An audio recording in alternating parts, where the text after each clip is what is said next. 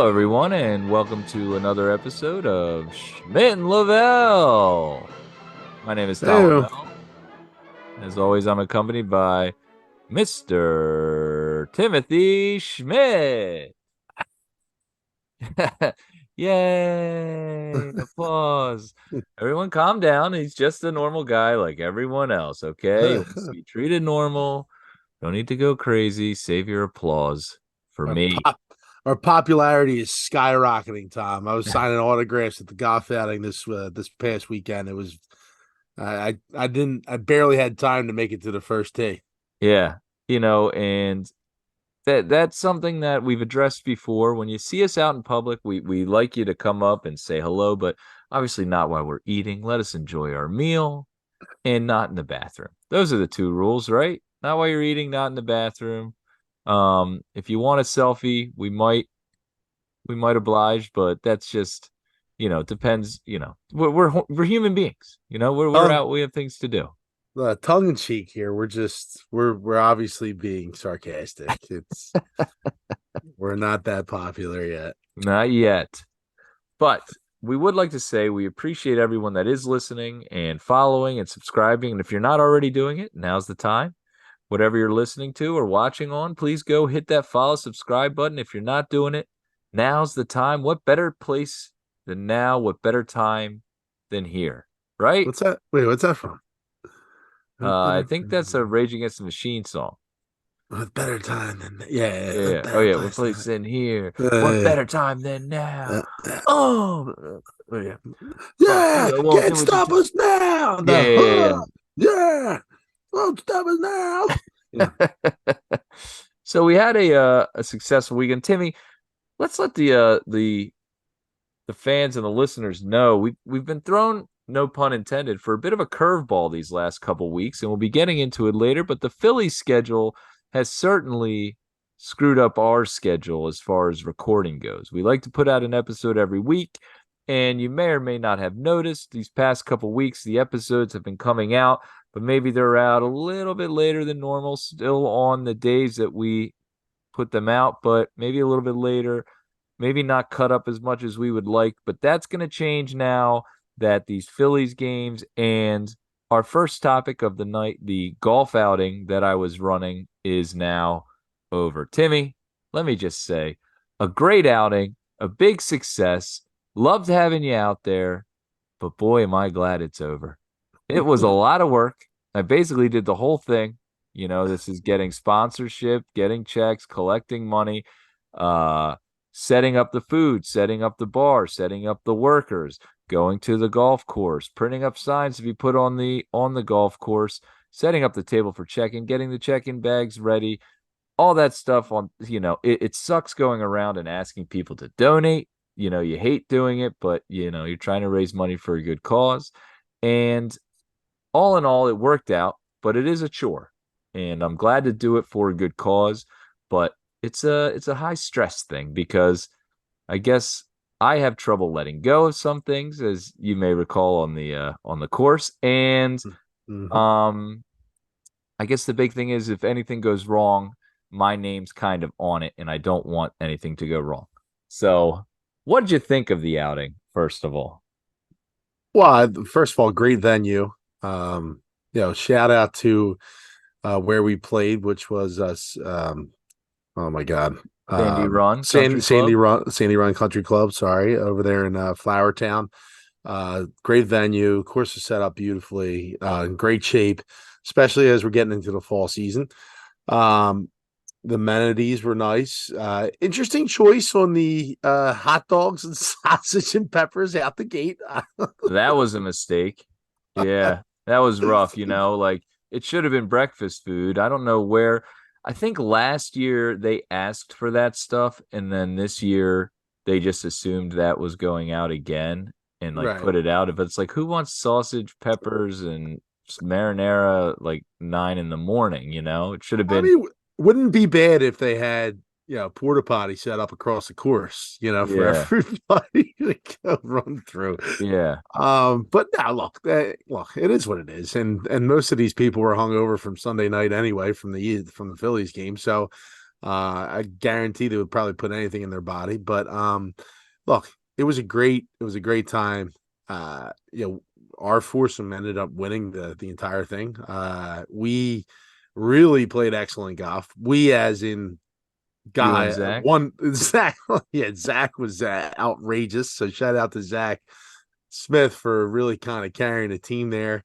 That was Uh, fun to watch, Tim. It yeah, was like a he's point where we're like, wherever we are he would crush some drives here and there, and I only got to play half of the 18, so we'll get to that later. But just being out there and it's like, man, we got 150 in or 100, whatever it was, and then we hit one. We're like, all right, Zach, take us up, and he would just put it within like 10 feet, like, and it was yeah, like, yeah. man, that No, must be it's nice. it's not a bad thing to have a bailout like that when you're playing in a scramble because it saves you. And I started hitting some putts. The putter was hot that day and sank a bunch of you know pretty distant putts there. I made a couple good ones.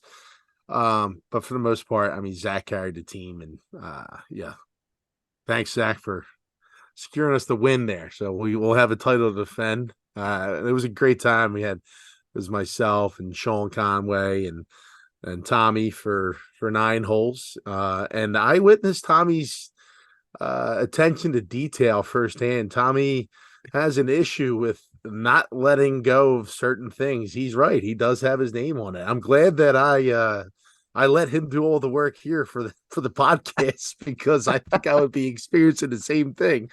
Um man, he was on the phone. Tommy, you were on the phone pretty much every hole from start to the ninth, to the point where you were flustered. You couldn't focus. I think that's kind of what pulled you out of the game a little bit.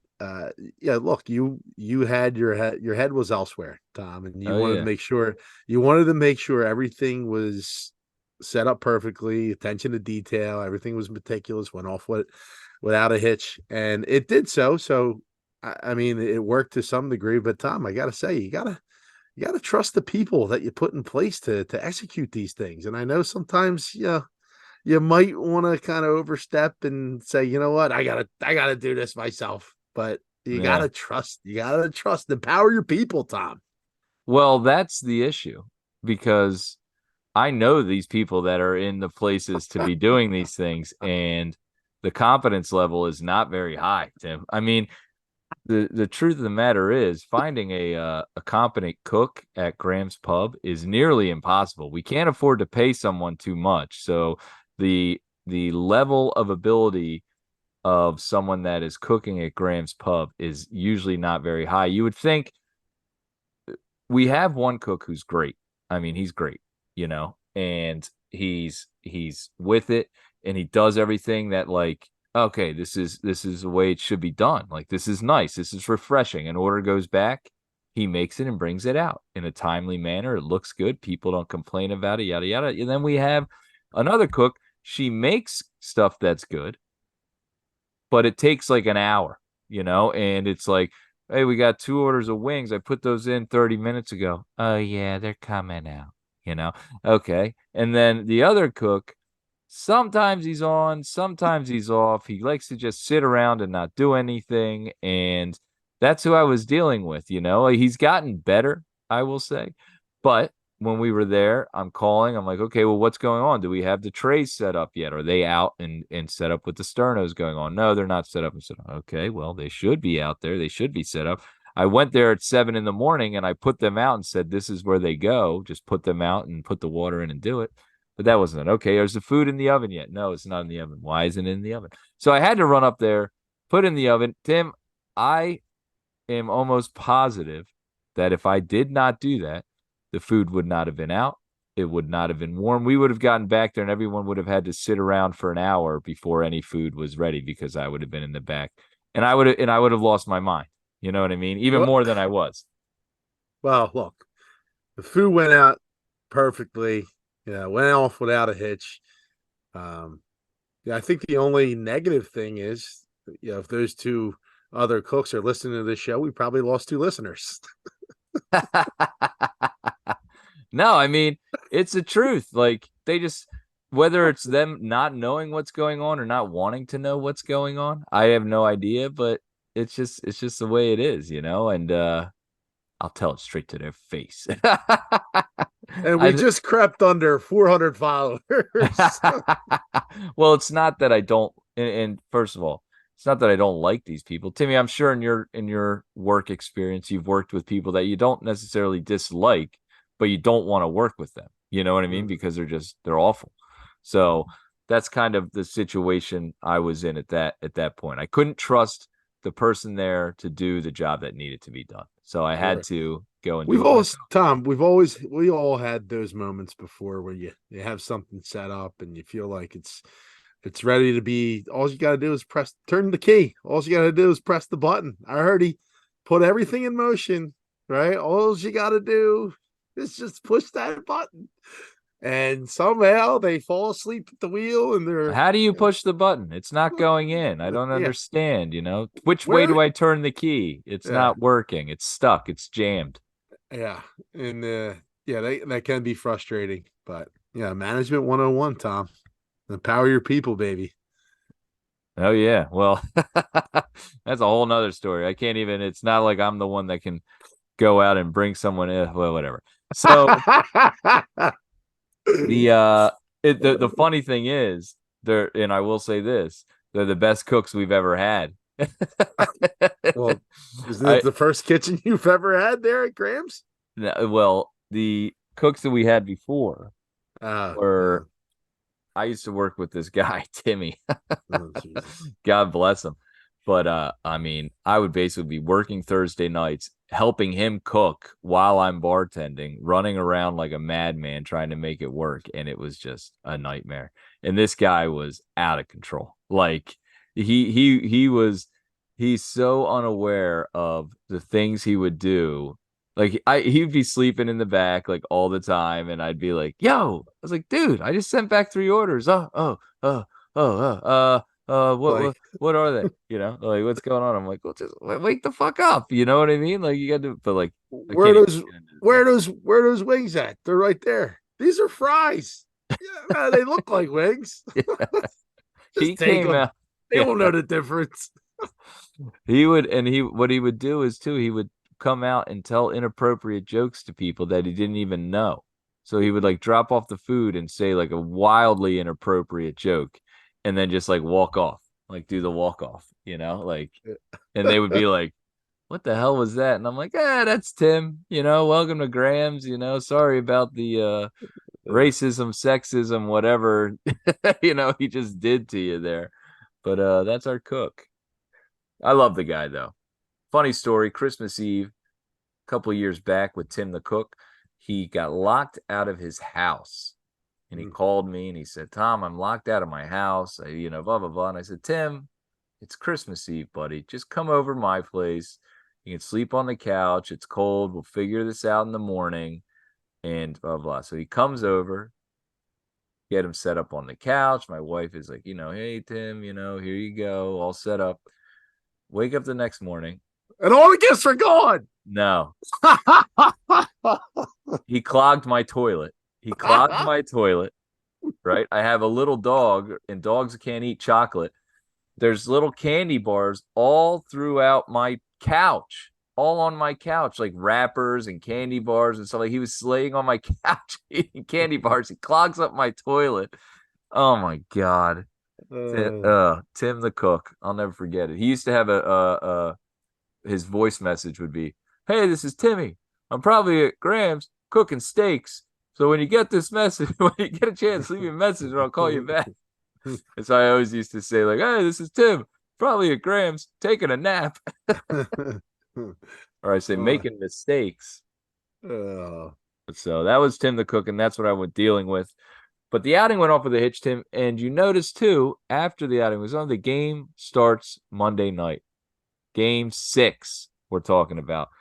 Nice crowd in there, good atmosphere for the game. Everyone's been drinking and partying and stuff like that. We're looking forward to it. And I say, "Hey, Tim, I got to go. I got to leave. I got to go home." I can't even sit there and enjoy a couple cocktails with my friends after running this whole event. Because why? because my wife needs to go out with my son. She promised. Tim, this is becoming a pattern. It's been months now of this. So guess what? This Friday, this Saturday, your boy's going out. I'm going out, and nothing's gonna stop me. Yeah.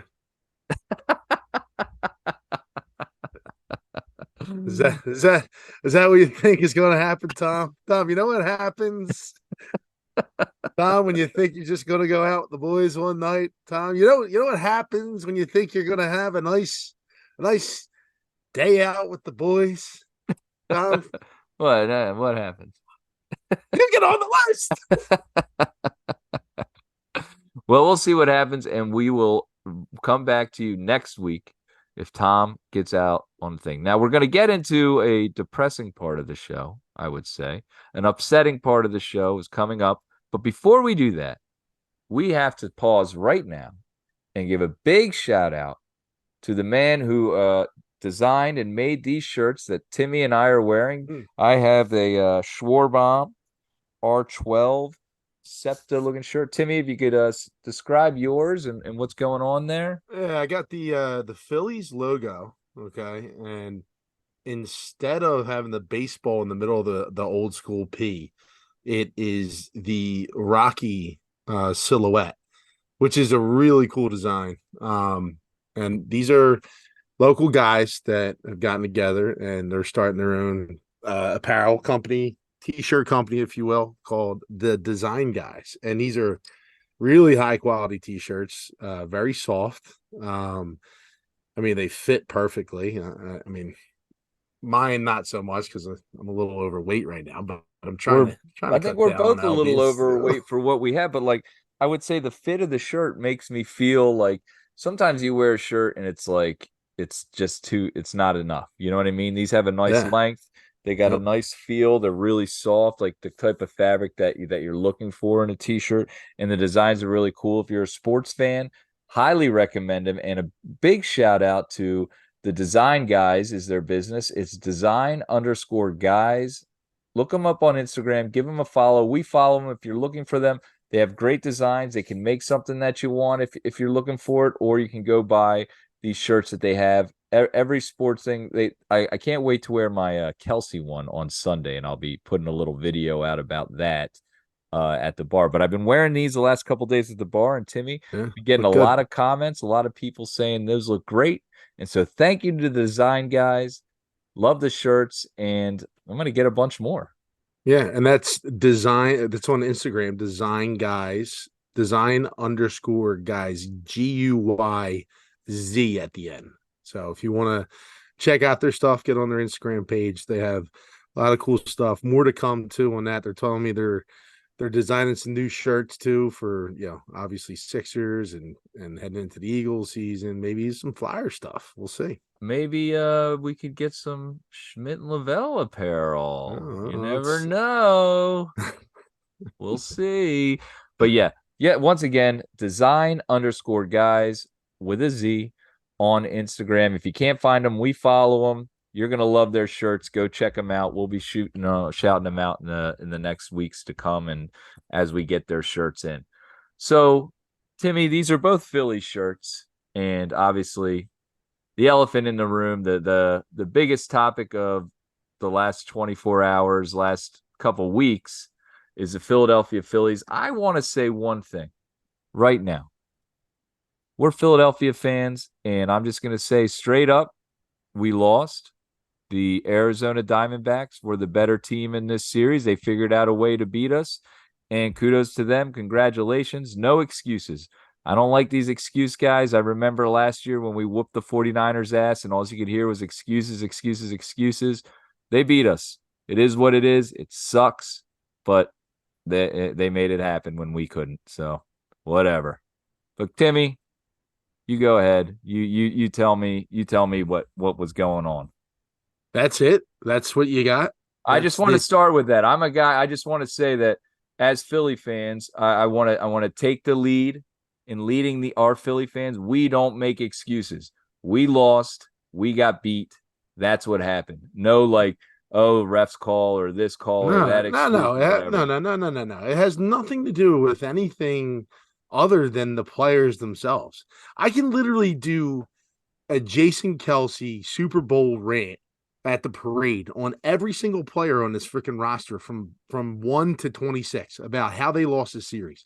I can go through Castellanos he can't do it. He can't hit a curveball.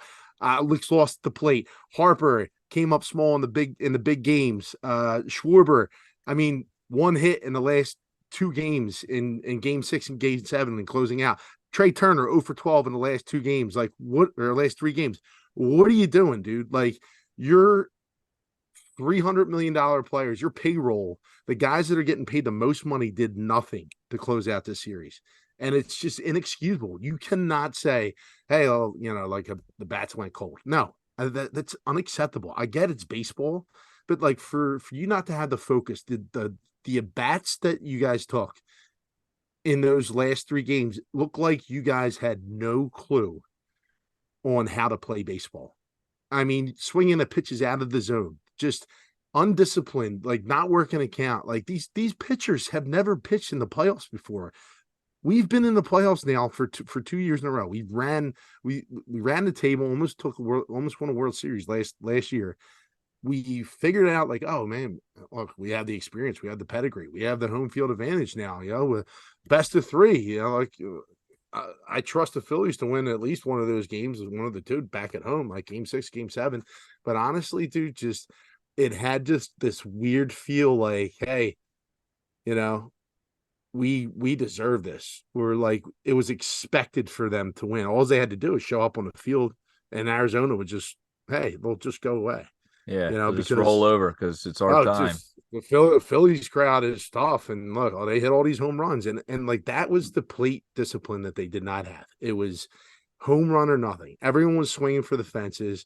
They got into this groove where they were hitting home runs at a record pace, and I think they got caught up in the headlines possibly, or just that feeling of getting the crowd on their side. And that dude, the crowd gets on your side if you can actually deliver a 2-out hit, in the clutch when there's a runner on third, or if you can sacrifice fly, a hit to right field so you can get that runner in from third base when there's one out with, two guys on first and third and fourth in the fourth inning in game 7. Like the little things that the Phillies didn't do, the Diamondbacks did, and it's just it's so disheartening. It really is because we as a fan base have come to expect these results in these spots all the time. Mhm. And I can go through team after team after team where, you know, we've had the best team or, we've had the best record and, we're expected to win and we're the favorites and we come up small, like, the Sixers, right? A couple years ago. You talk about like the Eagles last year. Like, I mean, were they favorites to win that Super Bowl? Maybe, maybe not. It was probably a toss up, but like they were clearly the best team in the league throughout the entire year. And then they blow a 10-point lead going into at halftime. Like it's just so expected. And it's just, this is, I feel like what it's like to be a Philadelphia sports fan, man, like at its finest. Like this is the feeling that you get. It's just let down all the time. Um, and when we do win, I think that's why it makes it so much sweeter, right? Is Right. because, hey, holy shit, like we pulled it off. Like most of the teams that do win, that win these World Series, or that have won the Super Bowl, are the teams that we least expect it to, right? Like the Phillies won it in '08, and yeah, they were a good team. They were coming into their own. That was like the first year where like, hey, like, yeah, we might have a squad here, and they went it, they took it all the way. And then the following 2 years, they had the best team in baseball, and they didn't win. It's Yeah. like, what are we doing? Like, it's not what are we doing, because they do put up a good product on the field. Like, you can't complain because they're always competitive, right?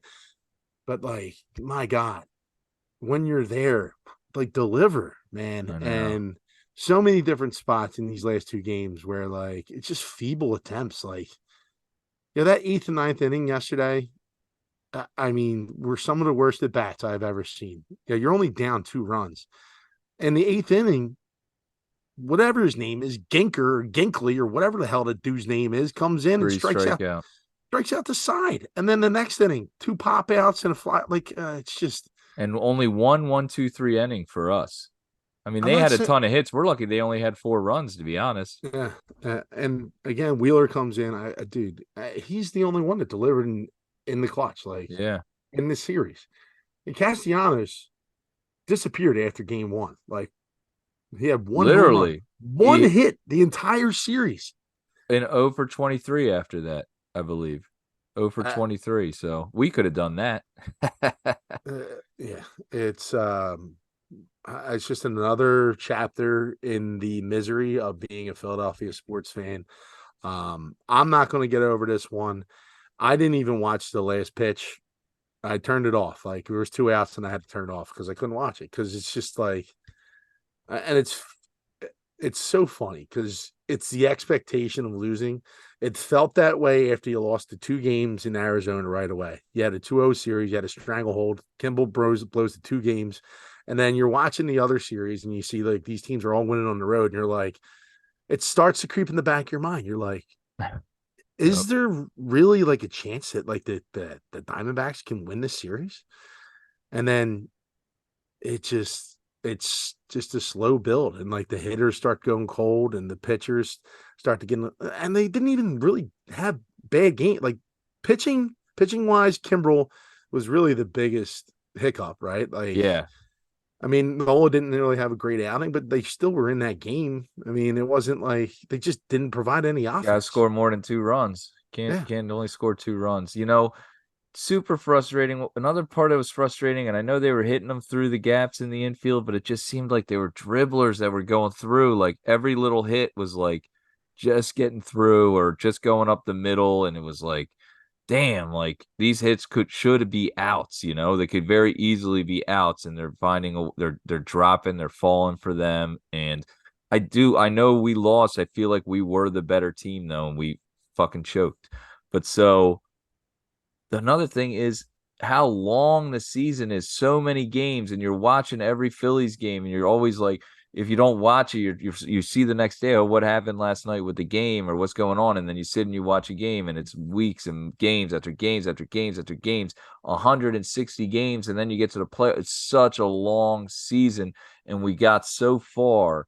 And now it's like we got to start over fucking again. And now what's going to happen? Nola's a free agent. You know, we got most of our team coming back. It's just I don't know if the thing is to what kind of contract Nola wants to bring him back. I know Josh Hader's a free agent. I'd go after him because I feel like if you replace Kimbrel with Josh Hader, then you got someone that can really close it down. I think another thing Arizona did well was bringing those young guys in to pitch because there's really not a book out on them yet. You don't know everything. And our guys are like looking at the iPad in the dugout, like, what is this guy's tendencies? What does he do? And they're guessing up there.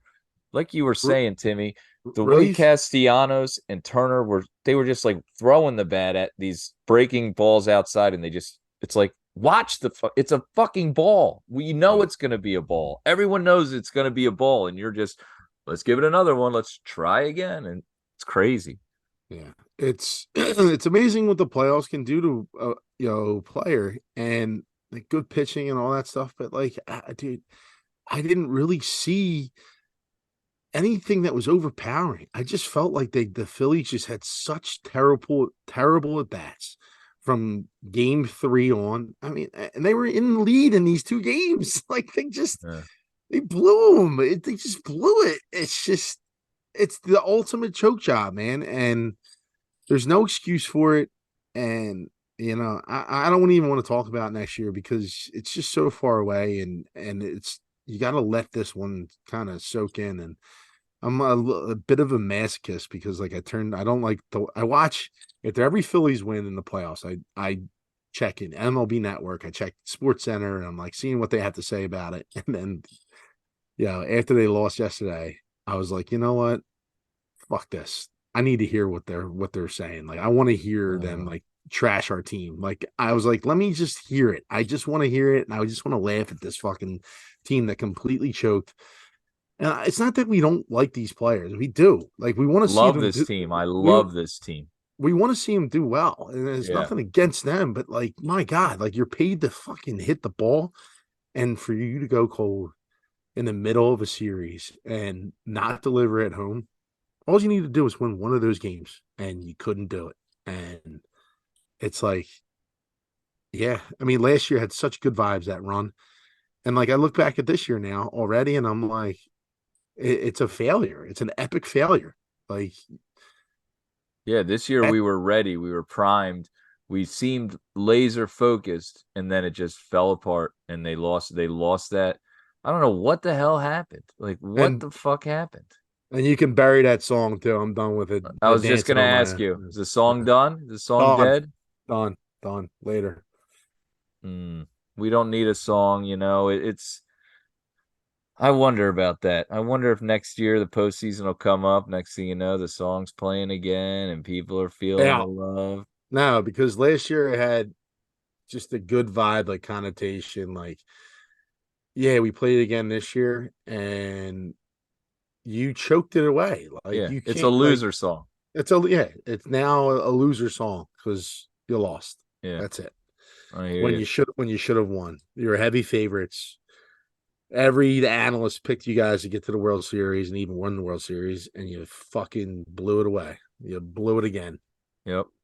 All right, Timmy. So the Phillies blew it. One of the toughest losses I've seen in my Philadelphia fandom.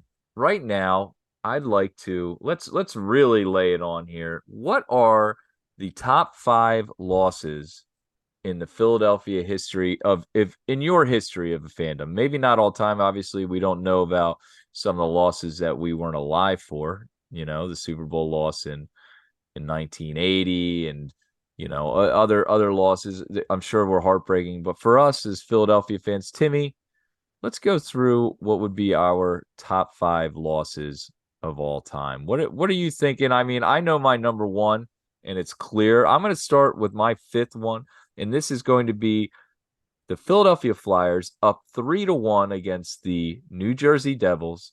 Eric Lindros gets taken out by Scott Stevens, knocked out cold. We lose game 7. Timmy, I was a dishwasher at that time in an Italian restaurant with no air conditioning. We were sweating our asses off, washing dishes, the cooks. We were all listening to the game on the radio. And when we lost that game 7, probably the worst working day of my life. It was just brutal. Everyone was miserable. And then I got to clean all this shit, mop the floors, do all this. It just sucked. That's I my remember number 5.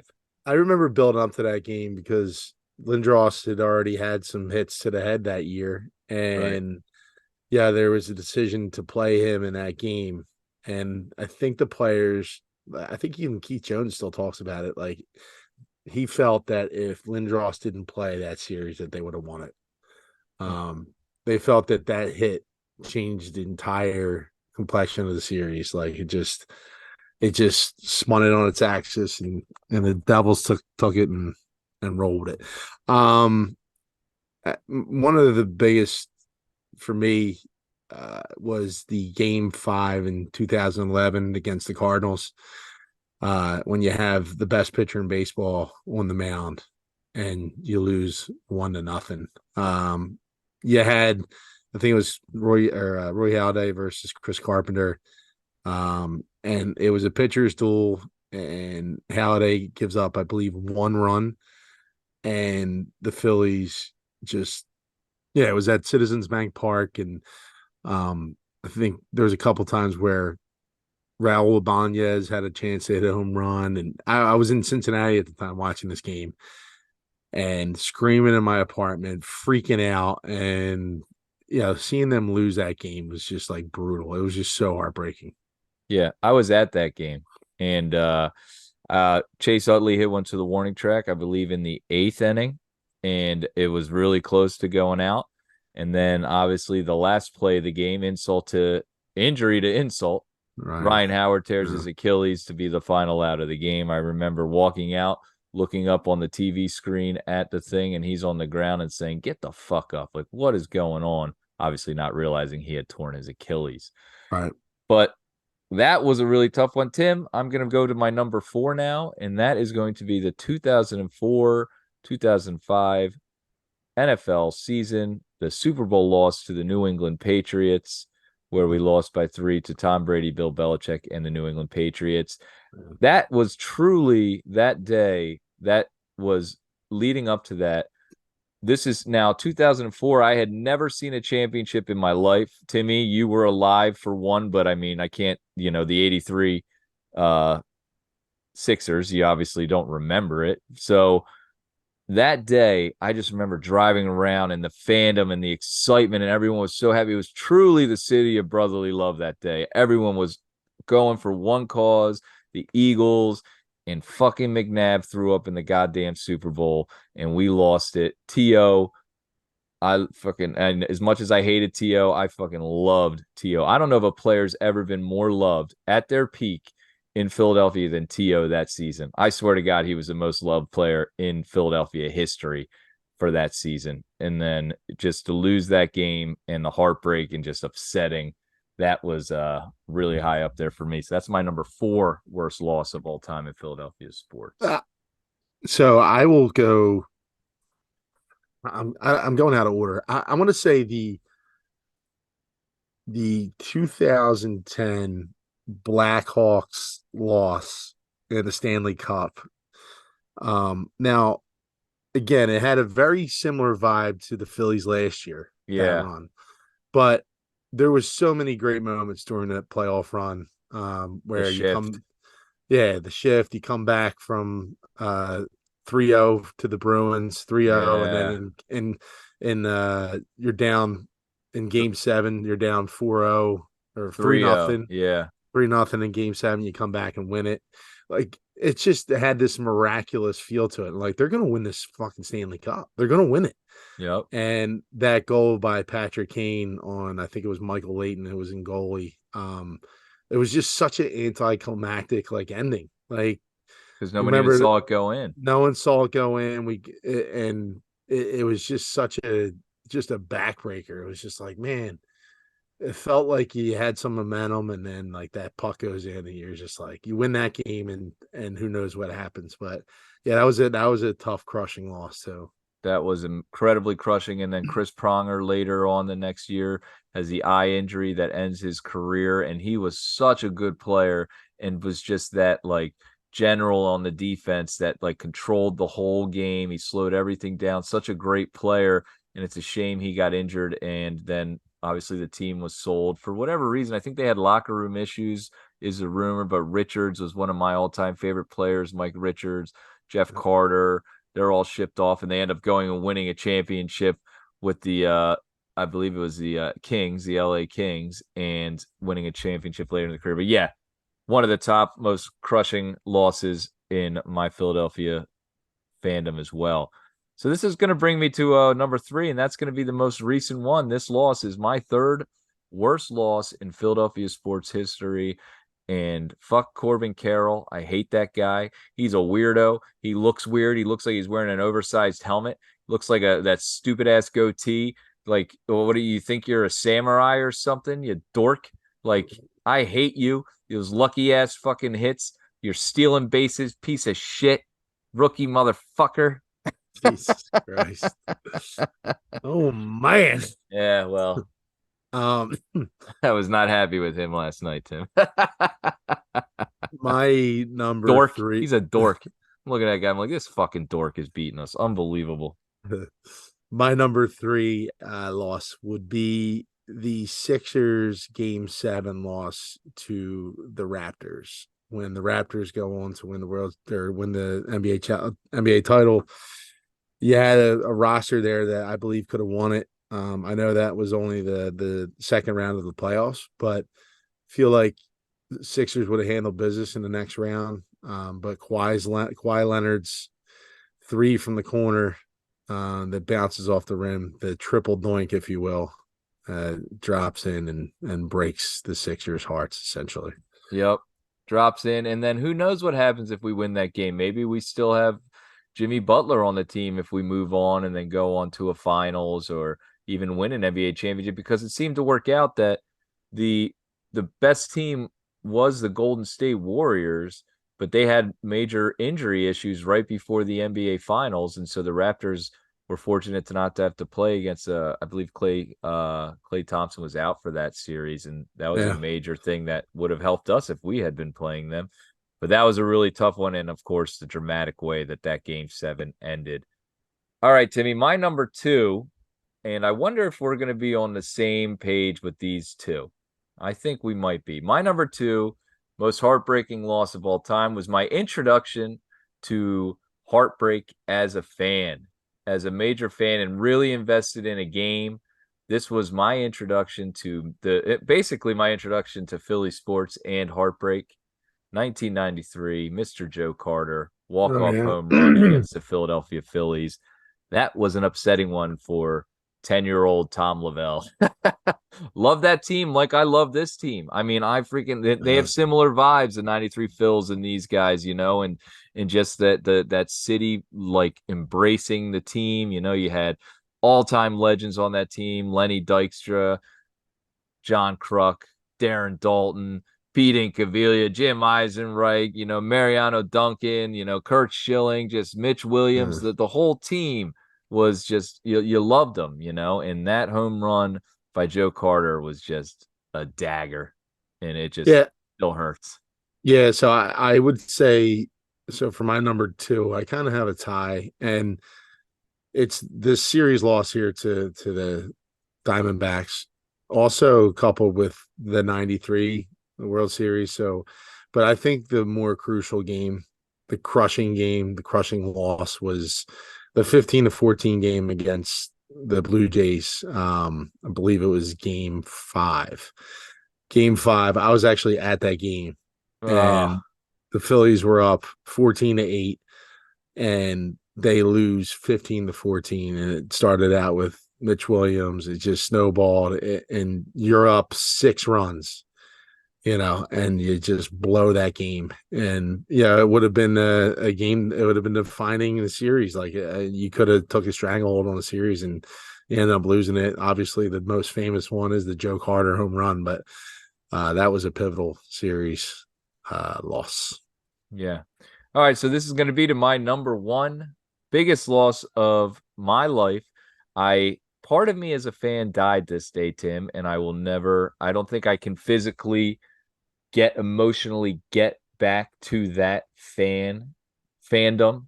It's just not there anymore. My body, my psychologically would just be like, no, we're not going there again. Almost like your first love that breaks your heart. No, not letting that happen again. You know what I mean? And Yep. this is the Philadelphia Eagles versus Tampa Bay Bucks Yeah. final game at the Vet. I was never so sure in my life that we were going to win a game.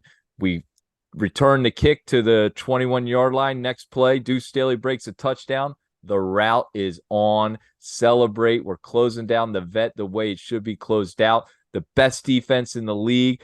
Brian Dawkins, I love them. We got McNabb. He's going to lead us to a championship. We crush Tampa Bay every fucking time we play them. This is it. Awful. Awful, Tim. Oh, I'm Yeah. getting upset just thinking about it. And that pick six. Joe Juravicious, the whole thing.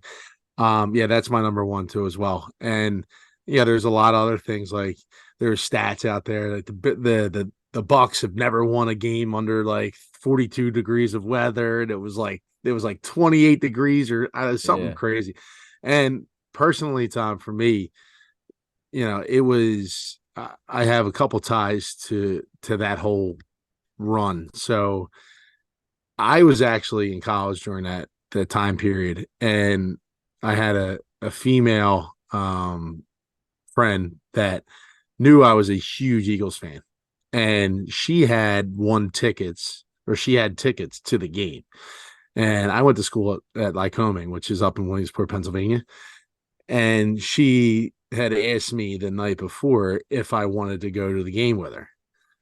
And I'm like, yeah, like definitely I want to go to the game, right? And like obviously we went out that night and got hammered, and the next day it's like time to get up and get going to the game. And all my Philadelphia buddies are like, wait, you're going to the game? Like you're not gonna watch it here with us?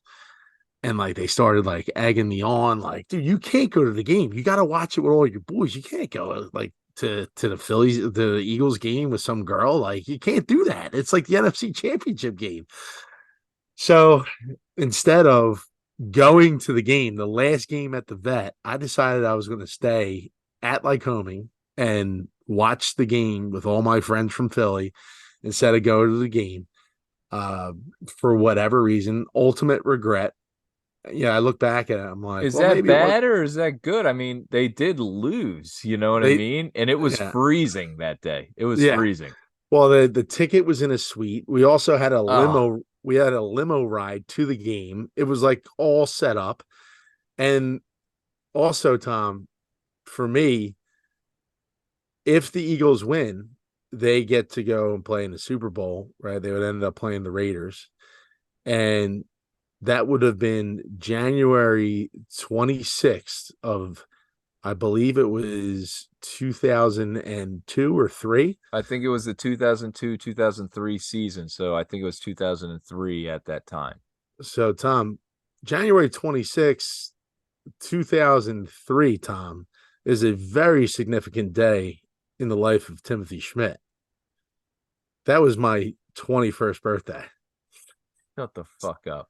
So the Eagles had a potential to win their first ever Super Bowl on my 21st birthday, and they blew it at the vet at home in an overwhelmingly favorite. They were an overwhelming favorite, and like they couldn't deliver. And like I just was so distraught after that win. I couldn't or after that loss, I could not fathom like you.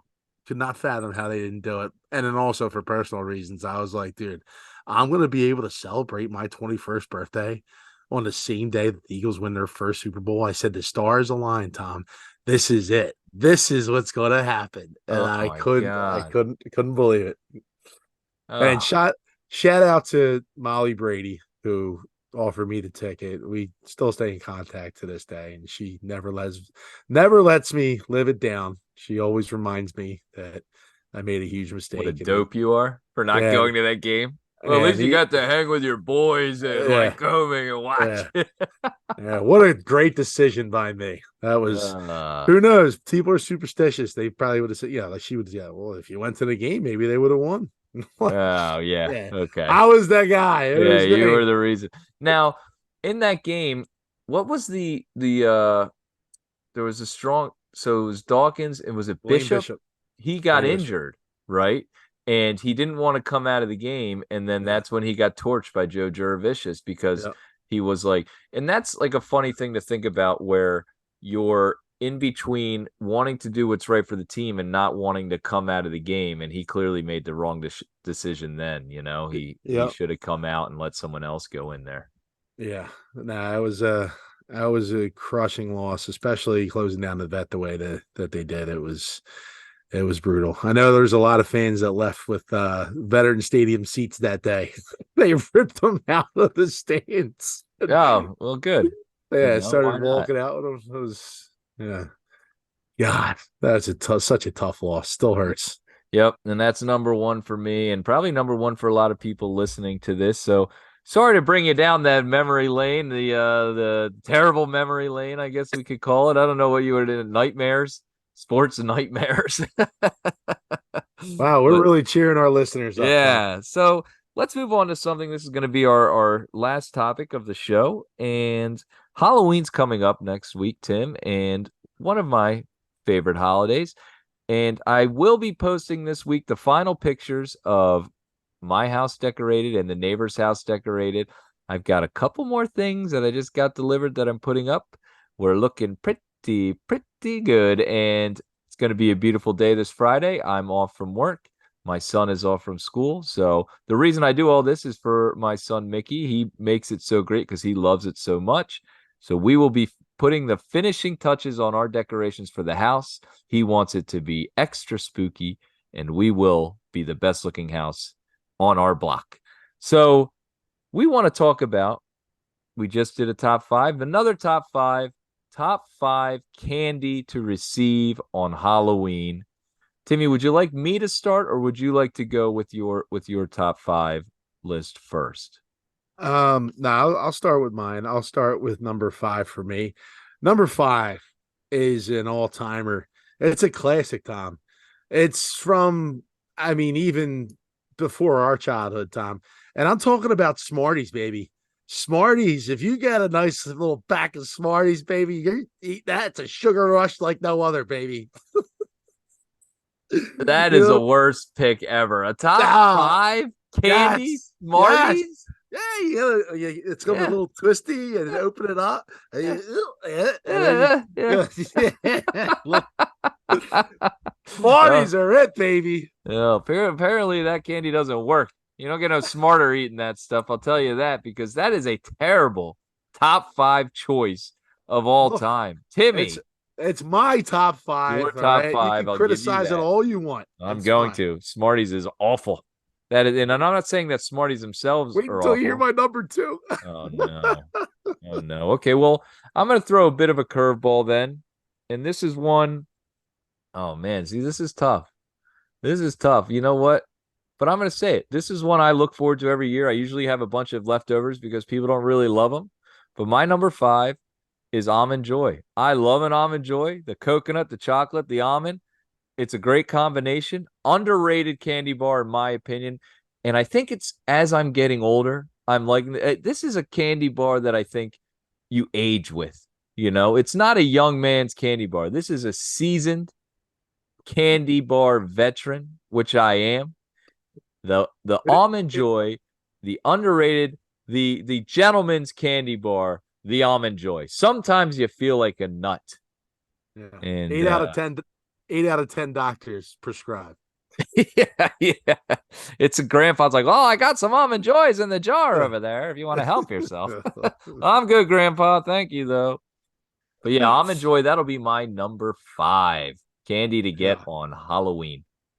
All right, I'm going number four, and yeah, this one is look, it's an all timer.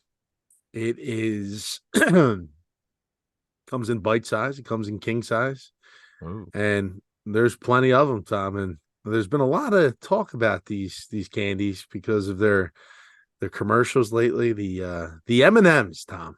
Love the M&Ms, baby. Wow. M&M, a classic candy bar. You know,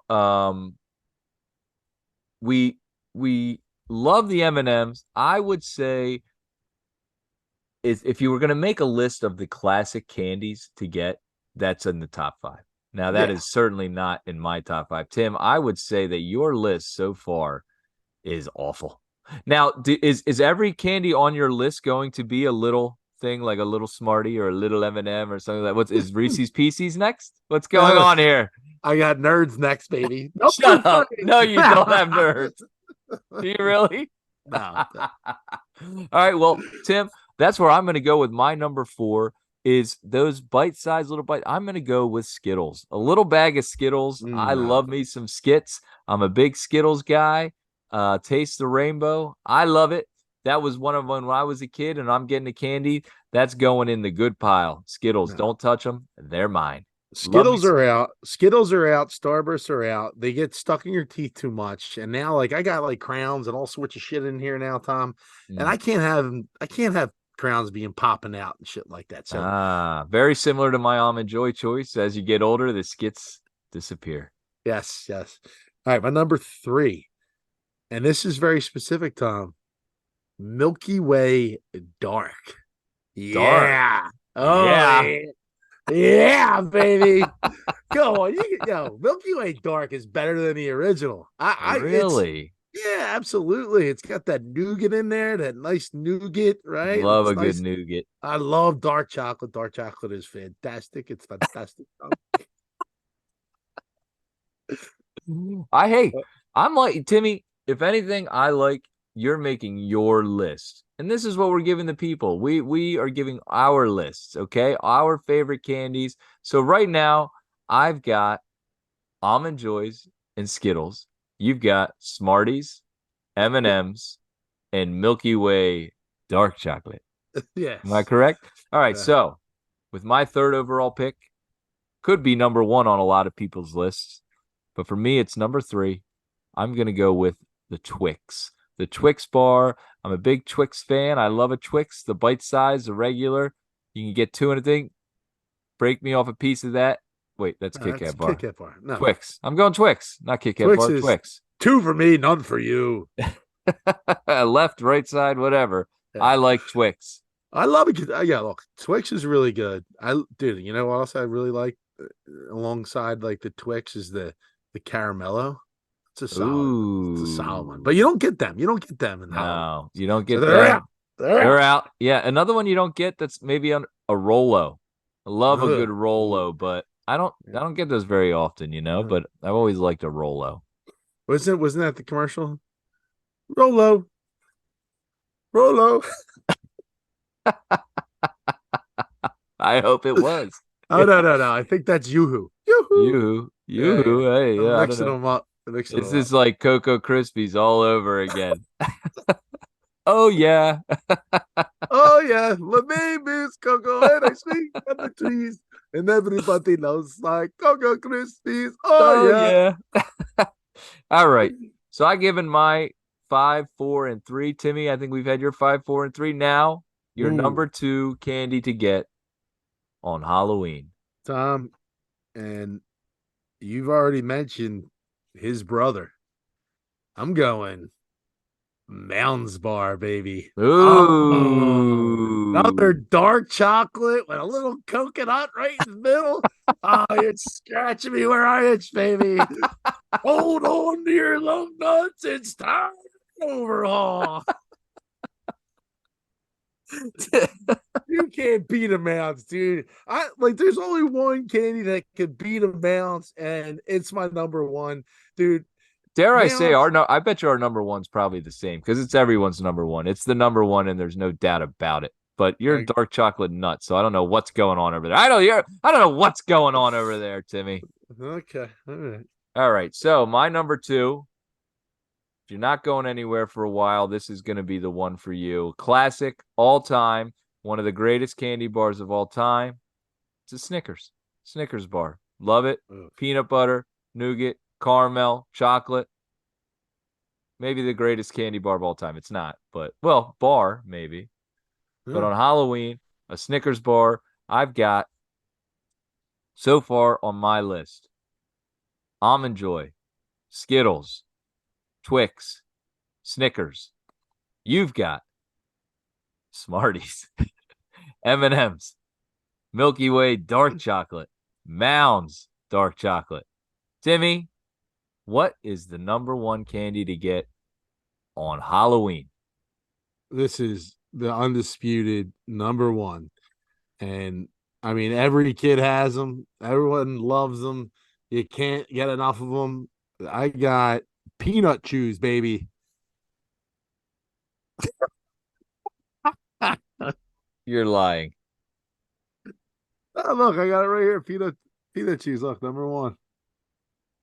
Just Yeah, there that's you a go. yeah, a little If everyone, for Reese's. those of you that aren't watching, Timmy just held up a list, and peanut chews were not on the top of that list. This is the one everyone knows. Timmy, hit him with it. What's the real answer? That's a Reese's cup, Tommy boy. Everyone's number one, the undisputed goat of Halloween candy, the Reese's peanut butter cups. Now, Tim, there's been a lot of conversation about the size of the peanut butter cup. It's certainly gone down.